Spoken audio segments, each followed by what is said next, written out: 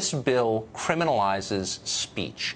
If you use the wrong word, you can be put in jail. That is grotesque, and I understand that you're enthusiastic about expanding rights for LGBT elders, okay? But why in the world would you, as an American who once wore the uniform, support a bill that would criminalize speech? Because elder abuse is inherently wrong, and I will read the bill. It says... No, slow down. Speech is not abuse.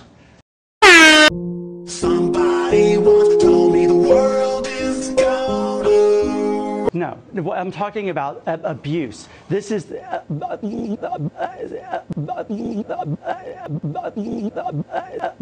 Understand this. Misusing someone's pronoun is abuse.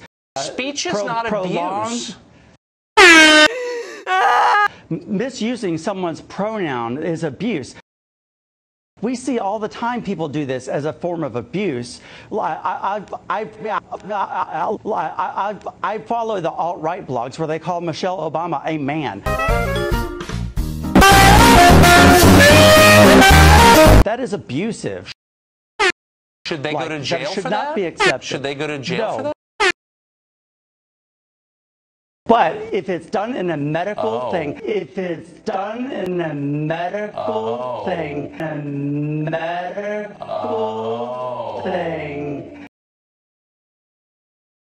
But if it's done in a medical thing, what constituted, hold on, what constituted, Tucker, is prolonged, continuous, intentional abuse by a healthcare provider. That is abuse. That should be criminal.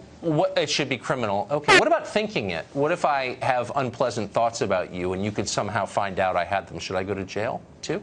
Is that abuse as well? No, that's human nature. That's it's human nature. But using the wrong pronoun should get me. How many times? Okay. How many? Well, abuse is a subjective term. We're not talking about physical abuse. We're talking about saying something the person hearing it doesn't like. Mental abuse. Mental abuse, right? Which is a totally subjective category once again. How many times would I have to misuse a pronoun before I went to prison? It has to be, I already gave you the 3 criteria. Prolonged, continuous, intentional abuse by a healthcare provider. There has to be a history of it. Let's stop using euphemisms here and just get to the core facts. How many times would I have to misuse a pronoun before the police came, handcuffed me, and sent me to a prison cell? It's not just a pronoun. Like I said, you're cherry picking. This also is denying. That's what it does. Lots of no, but the bill says a lot of things. But I'm specific. No, but it also says what I'm saying it says. I'm not making this up. So it says a lot of things, sure. But what I care about is the criminalization of speech. And I'm asking you a very simple question: how many times do I need to use the wrong pronoun before police with guns show up at my house and handcuff me and deprive me of my freedom and throw me in a prison cell? How many times? 4 times? 5 times? How many times? That has not been... I posted the entire bill on my Twitter, at Robin Biro. You can read the entire bill. That does not say a specific number. I will say that. You're dodging it. You're dodging it. And last question. There are a lot of things that I don't like to hear. People call me names. I find it abusive. I have mental anguish as a result, let's say. Should they go to jail for that? If they are your healthcare provider and they do it intentionally to mentally abuse you, and it's stated on the wall in the Healthcare Bill of Rights, yes. Yeah. And if they do it over and over deliberately, did you get in favor of, yes. These are like minimum wage workers, and you're like, you know what I mean, bullying them, basically. It's so weird.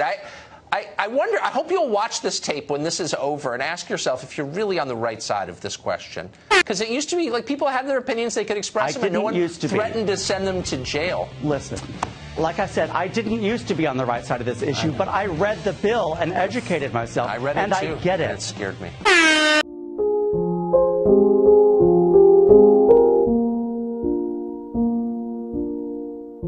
Somebody once told me the world is gonna roll me. I ain't the sharpest tool in the shed. She was looking kind of done with her finger and her thumb and the now.